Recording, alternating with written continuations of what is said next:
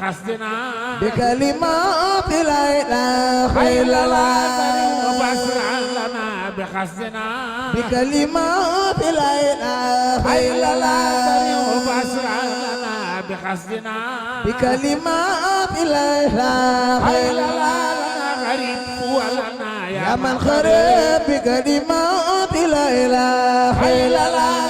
غريب ولنا يا من خريب بكلمات لا إله إلا الله غريب ولنا يا من خريب بكلمات لا إله إلا الله يا من بابه لا يخلق بكلمات لا إله إلا الله يا من بابه لا يخلق بكلمات لا إله إلا الله يا من بابه لا يخلق بكلمات لا إله إلا الله نسألك الموت على الإيمان بكلمات لا إله إلا الله نسألك الموت على الإيمان بكلمات لا إله إلا الله نسألك الموت على الإيمان بكلمات لا إله إلا الله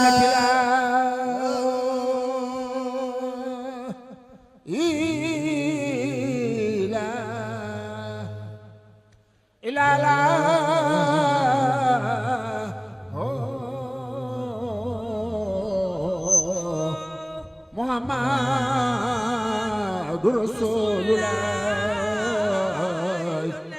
صلى الله عليه وسلم على هما سيدنا سيدنا محمد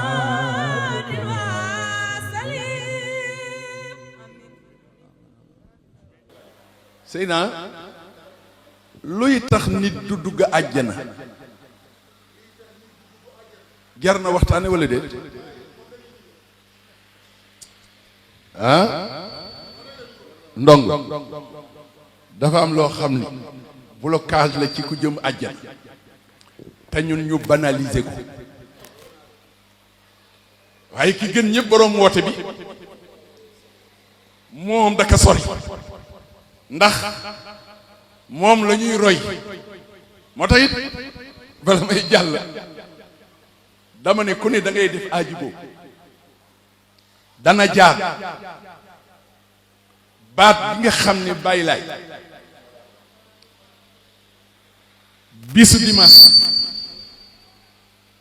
mu sol col goo xam ne kenn mësu ko gis ku ko sol kii ku ko xam faw di nga ne dof xel mi neexu ci Adama ba ji Muhammad kenn musul col ju mel goon ñeenti mbalaanam yu yees yooyu ba mu ko làmboo ba fil bunt ba daw taxaw ca montagne baat bi nu libéré day jaar bu ñu nee aaji boo jot na ma ni xoolal ñépp dañu war a jóg taxaw wax Seyna wax ko benn yoon ndax mooy marqué appel bi imaamu jóg leen taxaw ajiba dayalay ya ma'shar al-insi wal jinni inni rasulullah ilaykum baylay najiba dayalay ya ma'shar al-insi wal jinni inni rasulullah ilaykum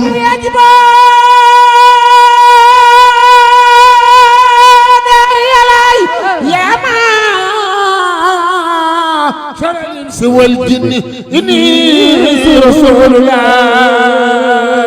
إليكم بلاد عجبا لا إله إلا الله عجبا لا إله ما إله إني رسول الله إليكم sang bi nee na ñépp toogaat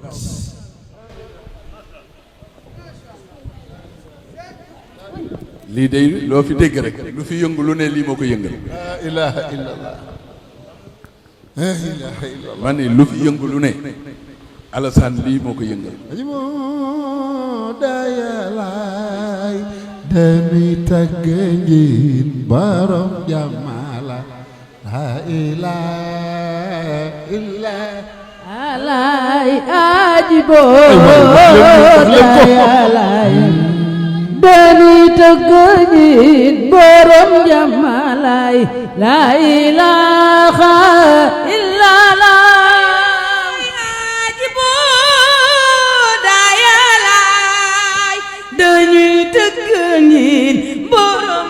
Malay la ilaha illallah. alhamdulillahi rabbil alamin alhamdulillahi rabbil alamin alhamdulillahi rabbil alamin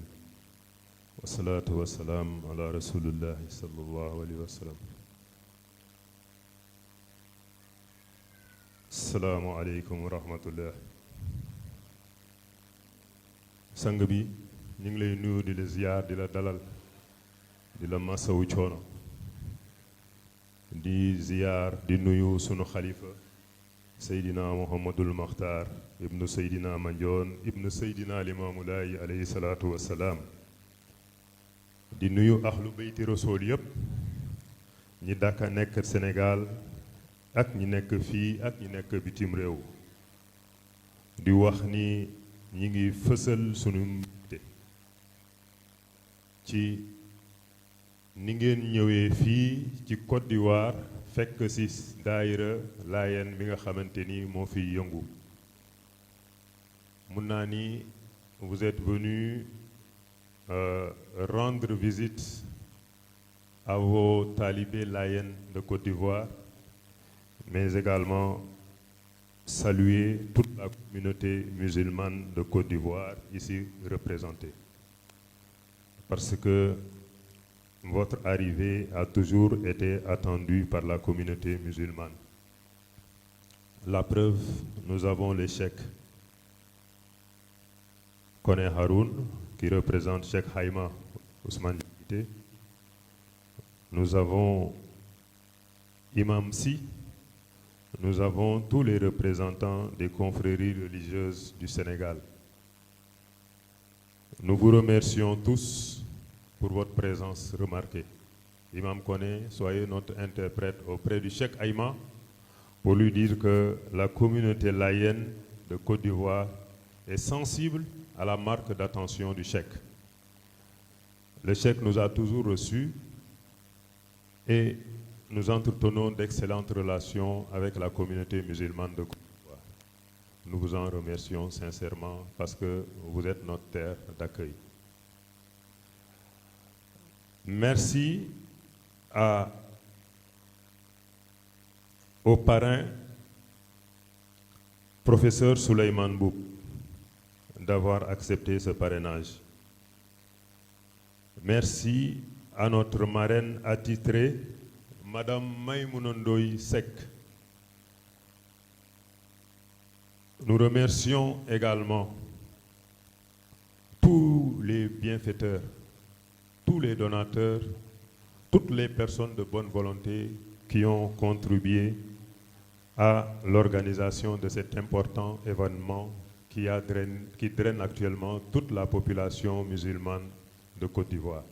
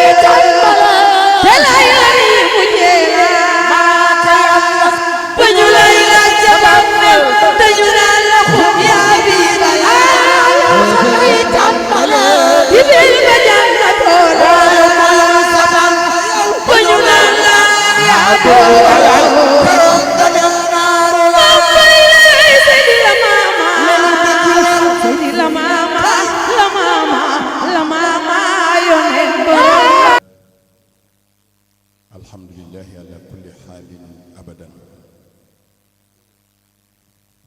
wassalaatu wassalaam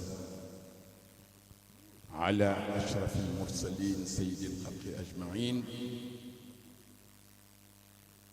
wa ala alihi wa sahbihi ajmain assalaamu aleykum wa rahmatullahi taala wa barakatuh wa rahmatullahi taala wa barakatuh mbokk jullit yu tedd yi ñu ngi leen di nuyu di leen ziyaar di ñaan ci yàlla jataay bi yàlla na ko yàlla boole ci jataay yi mu nangu di leen jottali nuyoob suñu xalifa Seydina Mouhamadou Muxtaar ibnu Seydina Mandione ibnu Seydina Limam di ñaan yàlla na fi yàgg taam wér dama bëgg àbb seen làmmiñ yéen ñu sant yàlla parce que Iblis dafa wax ni bu ma xamoon yoon woo xam ne bu ma fa toogee kenn du sant dinaa fa toog ba kenn du sant ndax dégg nga li moom nee na bu ma xamoon yoon woo xam ne bu ma fa toogee benn jaam du la yàlla mer dinaa fa toog ba kenn du wax yàlla mer kon alhamdulillah ala nicmatihi alwaasi'a allati la tu'addu wa la tuhsa alqaa'il jalla jalaaluhu wa ma bikum min nicma fa min allah ñu ngi sant bu bii nga xam ne li mu defal kenn mënu ko way moo tax mu ni yéen lu ngeen am ci xéewal ñun nit lu ñu am ci xéewal rek ci yàlla bi ki ku ko fàtte rek moom la neex yemu ca de waaye daf ko ubbil buntu xéewal buntu ndollan buntu boo xam ni boo ko nee jaajëf mu dolli la mooy la in shakartum la azidannakum yi nga baatu la azidannakum sidda boobu ci nekk wax ja du dañ waaye wala in kafartum mu ne inna adabi la shadid yàlla nee na ku ma ni merci rek ma dolli ku ma ni merci rek ma dolli sëy na suñu xel a ngi dem ci yonti yàlla Suleymaan yàlla da ko teral def ko yonent def ko buur ba pare nag may ko muy yónni ngelaw yi may ko muy yónni jinni yi may ko muy dégg xorondom yi ndox suuf yi ñuy wax koy dégg ñu laaj ko ne ko sa teraanga bi rëy na xam nga lu mu tontu mu ne haza min fadli rabbi li yabluwani a ashkur am akfur mu ne lii de teraanga dama yàlla defal yàlla nag daf ma ko nattoo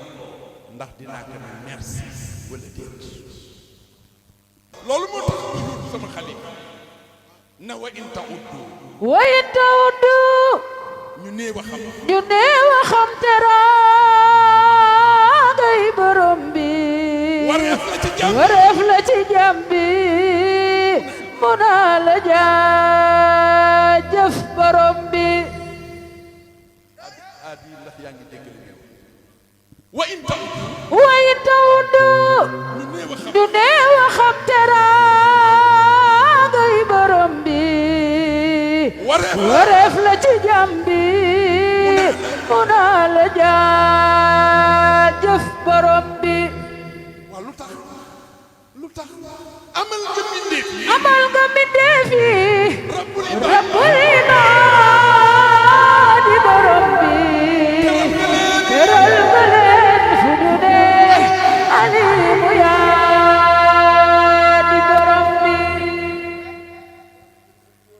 sa xéewal yaa ngi wër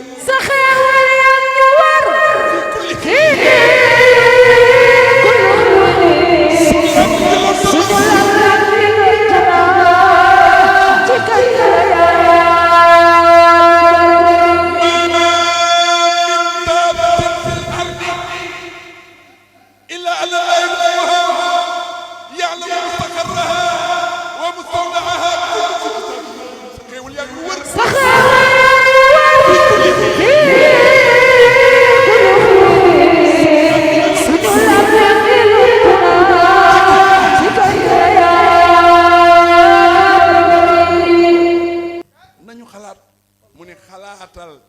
ci waa jiy wax ci waa ji tëlee wax xalaatal ci waa ji tëlee wax xalaatal yow miy wax ci waa ji tëlee wax am na koo xam ne yàlla dafa tëj gémmiñam mënul wax laa ilaha illallah yow mi yàlla ubbi sa gémmiñ lu tax doo wax laa ilaha illallah tontu leen ma dama ni am na ku dunda téeméeri atam mënu la wax baat bi yàlla dimbali la jamil ngay jullit am complexe di wax baat bi loolu fu muy tegu laa ilaha illallah laa ilaha illallah laa ilaha illallah laa ilaha illallah wax leen baat bi laa ilaha illallah laa ilaha illallah laa ilaha illallah laa ilaha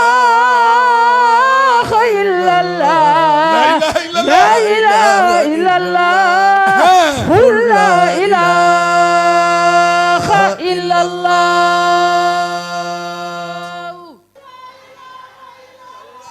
laa ilaha illallah laa ilaha illallah qul rabbun karimun ma lana siwaahu faqul lillah ilaha illallah la ilaha illallah la ilaha illallah laa ilaha illallah la ilaha illallah laa ilaha illallah la ilaha illallah laa ilaha illallah la ilaha illallah laa ilaha la ilaha illallah qul la ilaha illallah. mbokk yi Comme nous le savons tous, la venue à la fin des temps d'un réformateur sous le nom de l'imam al-Mahdi al-Muntazar pour remplir la terre de justice et d'équité a été annoncée dans plusieurs hadiths. Et la particularité est que ces hadiths qui traitent de la venue du Mahdi ont été relatés par les plus grands traditionalistes à l'image de Abu Daoud, de Tirmizi et de Ibn Majah. Et à titre d'exemple, nous pouvons citer ce hadith rapporté par Abu Daoud où le prophète sallallahu alayhi wa sallam annonçait: s'il ne restait au monde qu'un seul jour à exister, Dieu allongerait ce jour jusqu'à ce qu'il envoie un homme de sa postérité dont le nom sera mon nom et le nom de mon fils sera le nom de son père. Et quand il dit mon fils, il parle de son petit-fils Al-Hassan. C'est pour dire que ce réformateur qui devra apparaître à la fin des temps, le nom de son père sera Al-Hassan. Nous y reviendrons plus tard. Et comme deuxième hadith, parce que là, comme le temps ne le permettra pas, je préfère me limiter à ces deux hadiths. Le deuxième hadith est contenu dans l'un des plus grands sahih de l'islam, à savoir le sahih de Bukhari, qui énonce ce hadith de Abi Huraira, qui rapportait cette question, cette interrogation que le prophète Mohammed avait lancée aux hommes de son époque. Comment vous comporterez-vous? Kayfa antum iza nazala Isa ibn Maryam fikum wa imamukum minkum. Comment vous comporterez-vous lorsque Isa ibn Maryam descendra parmi vous et que votre imam, il fait allusion au réformateur en question qui n'est autre que le Mahdi al-Muntazar. Il dit donc: comment vous comporterez-vous lorsque Isa ibn Maryam descendra parmi vous et que votre imam sera un des vôtres? Pour ce deuxième hadith, il est contenu dans les traditions islamiques au tome 2, pages 520 et 521. Permettez-moi de vous exprimer ma profonde gratitude et celle de toute ma famille pour l'honneur qui nous a été fait en rendant hommage à notre grand-père, Mamlimas Lai Mboup, et également l'honneur qui m'a été fait d'être parrain. Et de vous parler, comme le temps est limité, de mon vécu en général qui a été illustré dans un livre que vous avez devant vous.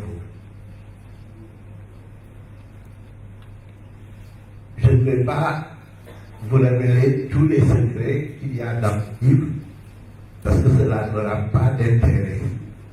Et l'intérêt, c'est que vous lisiez le livre vous-même et que vous puissiez même en retour commenter et nous faire parvenir vos commentaires. li may tëje nag wax bi moo di nii dafay am ñaari mbir yoo xam ne c'est international muy feeñu sa maam Limaamu alayhi salaatu wasalaam Sénégalais yi rek waruñu ko gëstu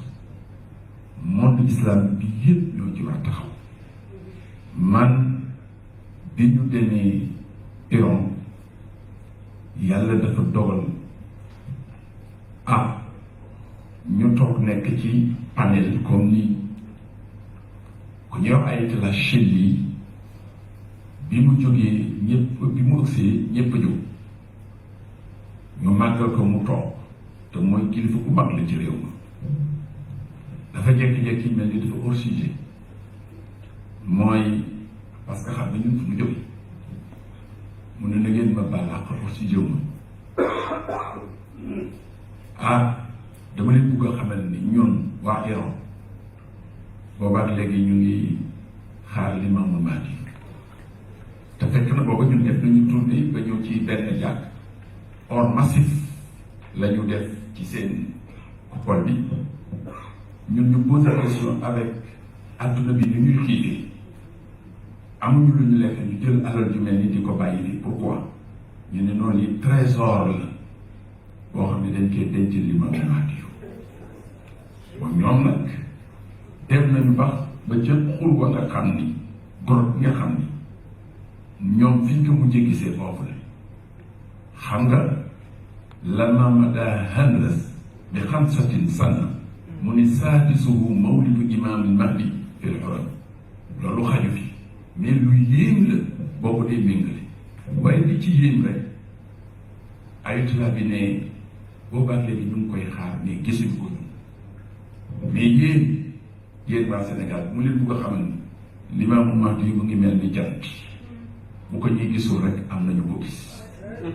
xam nga kon loolu ñun keroog Sidi Lamine Niass moo taxaw ak Moustapha Gueye ñoo àndoon ñoo xam ne ñun day waaye yàlla def nu wërsëgal ñu am Mahdi bu woote ci Sénégal léegi nag dinañ ko jàpp ba gis beneen xam nga kon lu jamono yàgg-yàgg du ñu gis beneen kon nag li may tëj mooy ñun lan moom war ci bi nu am xam nga bi nu am wax mënu ko dindi te ci ay tegtal yu wóor la taxaw moo tax bu ma leen waxee ne programme international la parce que bala muy waaj a feeñ colloque moo am colloque boo xamante ni tout junñagu ko léegi kër jiite mooy Ahmadou Kane ca Sakkal moo ko jiite dégg ngeen libaas ñu ngi naan sëriñ sa daa mënguy dugg xalwa di seeti bàyyi lay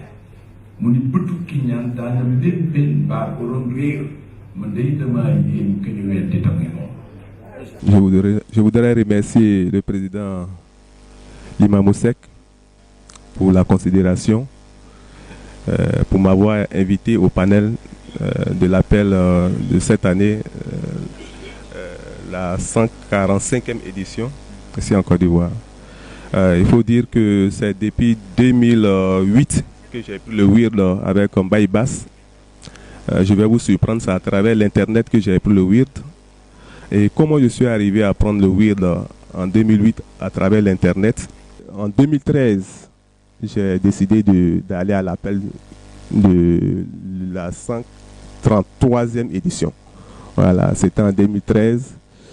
Moi, je suis allé par le car. Bon, Ibrahima Diop est allé en avion. Bon, je suis arrivé à Dakar le 8 juin. L'appel, c'était pratiquement le 9 et le 10 juin 2013. Donc, j'ai participé à l'appel, comme tous les Layènes. Bon, j'ai résidé, je veux dire, chez le calife lui-même, Baye Ablaye Diop. Ablaye Thiaw, voilà, Baye Ablaye Thiaw, pendant 3 mois. Voilà, pendant 3 mois. Une chose m'a frappé. Quand la cérémonie de l'appel est terminée, Il y a les jeunes de Cambérène qui étaient venus faire ziar à Bayablaï Tchao, au calife. Et moi, j'étais là. Quand ils ont fini de recevoir tous les jeunes, le fils de Bayablaï Tchao, Mam Alassane, m'a fait rentrer pour venir saluer. C'était la première fois que je voyais le calife. Donc, je suis venu pour saluer le calife. Voilà, j'ai voulu embrasser sa sainte main et le calife a retiré sa main. Donc, il a demandé à son fils, Mam Alassane, mais qui est celui-là? Et c'est Mam Alassane qui lui a dit, c'est votre étranger venu pour l'appel depuis Côte d'Ivoire. Et c'est ainsi que le calife m'a tendu sa main et que j'ai commencé vraiment à l'embrasser et j'ai coulé les larmes. Sincèrement. Donc je me suis dit, si moi j'étais resté en Côte d'Ivoire, je me dis que j'ai pris le wird, je suis laïen, et que je n'étais pas venu jusqu'à Dakar rencontrer le calife. Sincèrement, c'est comme cela que dans Yawm al-Kiyama, on allait me rejeter. Après, les jeunes m'ont demandé, mais pourquoi tu as pleuré? Bon, je n'ai pas pu expliquer. Mais c'est ça qui m'a frappé. Donc ça veut dire que je n'étais pas reconnu. Donc il a fallu que je vienne rencontrer le calife, voir le calife de mes propres yeux, l'embrasser et pour être reconnu comme laïen.